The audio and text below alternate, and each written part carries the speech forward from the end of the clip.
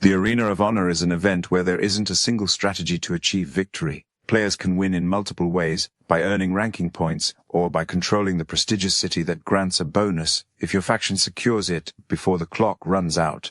The arena features altars, mining sites, mining shafts, dragon pits, watchtowers, catapults, seps, and outposts, which can be transformed into trade posts or troop-specific camps. The higher you climb in the Arena of Honor rankings, the greater the chance of facing stronger factions. In Round 3, a TS faction competed against 2 other formidable factions. Let's explore how this round unfolded through the eyes of your chronicler, Michael Snow. This round, we are going to capture our mirror faction as fast as possible, so we want this faction to be as weak as possible. Therefore, we register in non-fighting gear, so the mirror faction will copy this setup and should pose no threat. Of course, we will switch to battle gear before entering the map. Furthermore, each of us is to bring a bit more troops with which we will fight, and then also other troop types apart from bow. So in my case, plenty of infantry, as this is my main strength, and then sufficient spears and cavalry to support the others.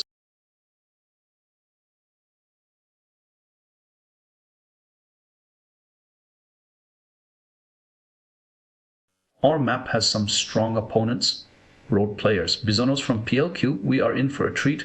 I wonder who is going to take our clan castle. It's going to be infantry, so you will take our clan castle, Snow. Great.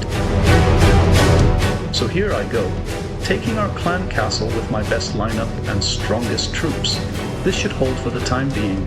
I also have to take our top outpost, so it can be converted later into an infantry camp and then a trade post. The remaining troops are used to speed up the conversion of the other outposts. Prioritized from bottom to top, so our strongest players will be available faster. And not forget to buy some boots for blue diamonds, of course.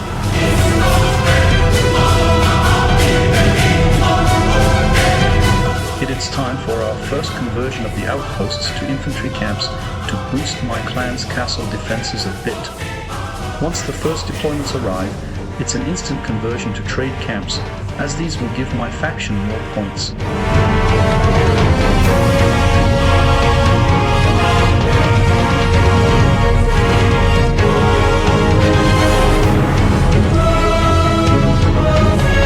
Due to the infantry reinforcements, taking our mirror team's clan castle was easy.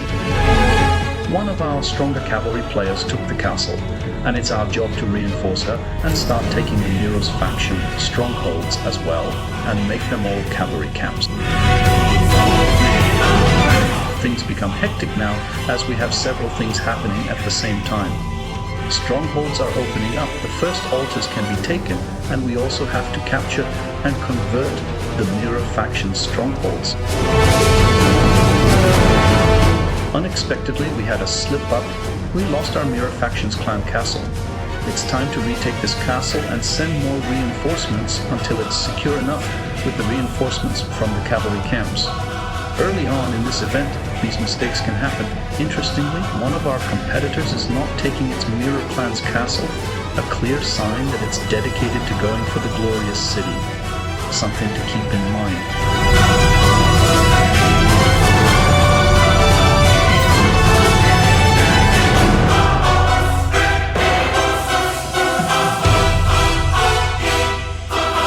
An easier task this time, take both seps.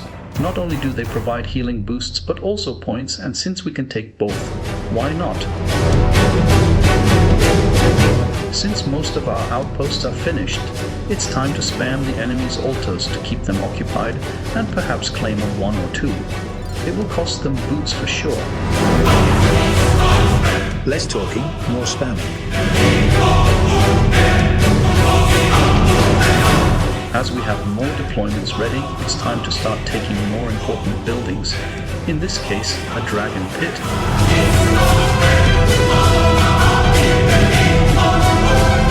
The next phase starts.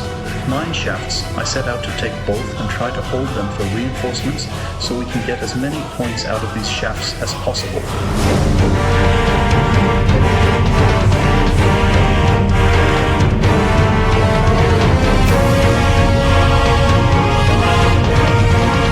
That didn't last long, I guess. Luckily, other faction members were better at capturing these mine shafts, so I could reinforce them to clear these shafts as fast as possible.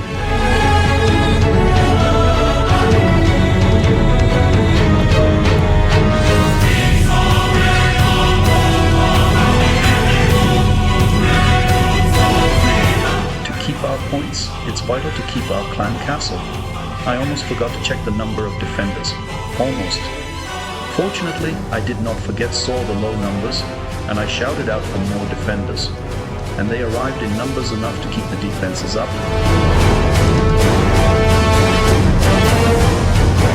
It's time for our final play. In contrast to the other factions, we did not clean out our own mining sites upon opening, but waited and opted instead to get as many points from other buildings. Now we go for the mine sites that should give us enough points to take the lead.